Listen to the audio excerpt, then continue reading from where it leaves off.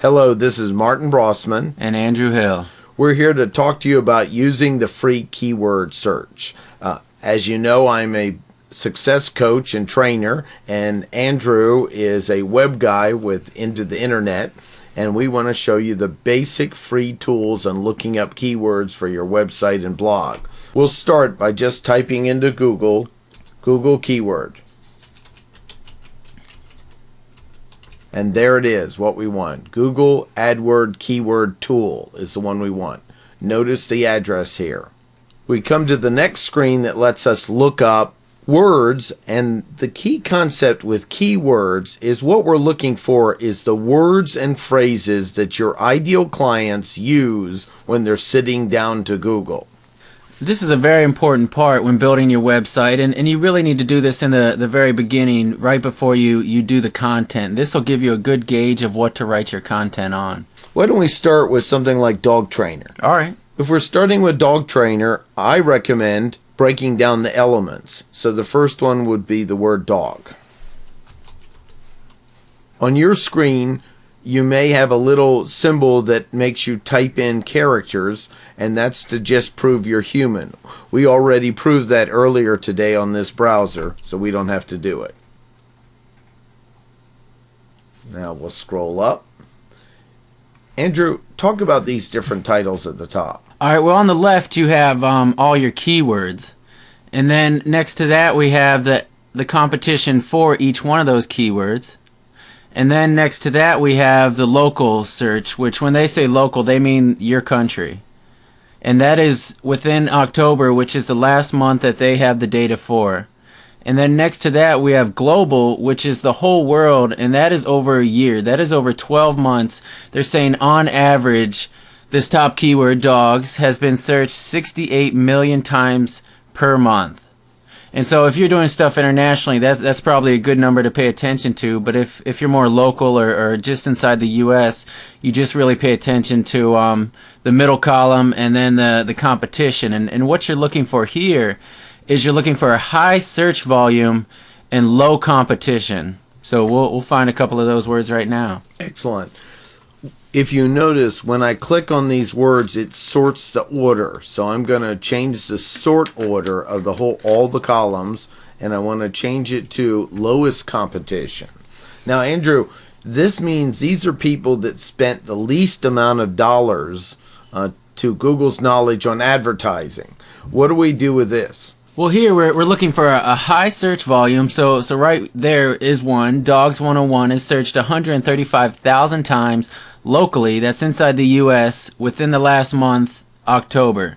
So, I mean, that's a great keyword, and I know I could write on it. Yeah, you could write a blog on Dog 101, tips you need to know would be an example, or maybe you have a whole page just utilizing that. How about we now look up the word trainer and see what we find.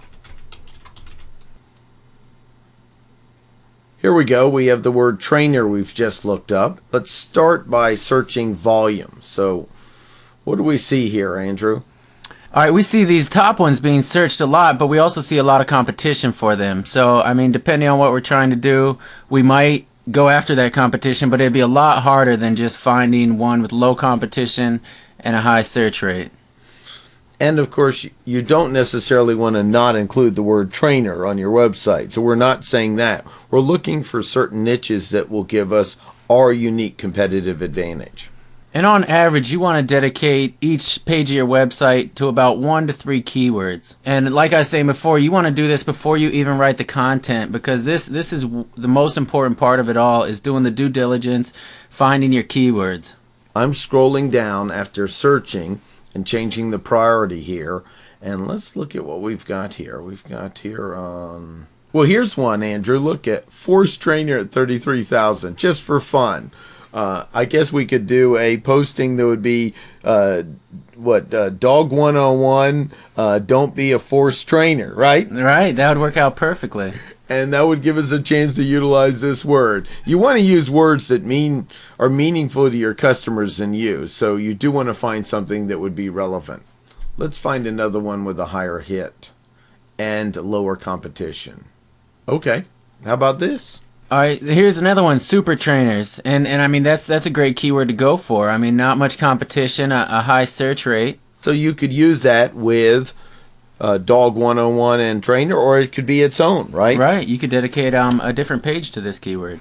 Last search we're going to do is look up just Dog Trainer.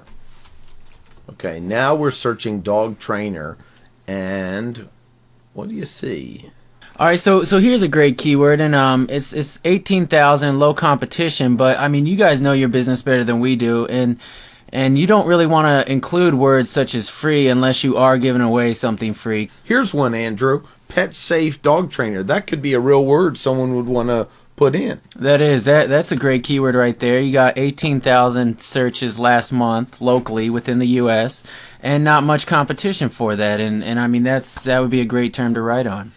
Now let's go up and how about we look up Dog Trainer Raleigh, my own area. And depending on what you're doing with your company, there's probably a certain mile radius that you're not willing to travel outside of. And so that's why we typed in the city, just to see what comes up in our local region.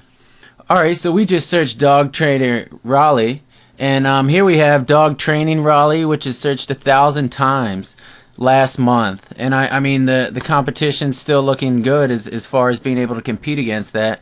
So this is definitely a keyword I would pick up on. And these are probably people within a 50-mile radius of where we live. What we've done is we've given you an intro to using keywords. This really doesn't replace a quality, trusted web person or SEO. You can see that this is just the tip of the iceberg, but it can help you if you're starting out or using a blog to just begin utilizing it. You can also look at possibly having someone who's a web person to create a list for you of keywords and get a price on that. Or in the more competitive areas, sometimes they'll have someone that's doing this ongoingly on a monthly basis, and they're really looking for these changes in the web and how they occur. And for those of you that don't have a product or service yet, this is a great way to find a niche market. Just search certain keywords and find a high search rate with low competition, and it could give you a great idea of what to make your business about. And how can they reach you? They can reach me at intotheinternet.com. You can reach me at my email address, andrew@intotheinternet.com, or you could just give me a call, 919-880-4098. And you can reach me at Pro Networking Online or coachingsupport.com, and contact me at martin@coachingsupport.com, 919-847-4757. Look forward to hearing how you're using these tools in your life.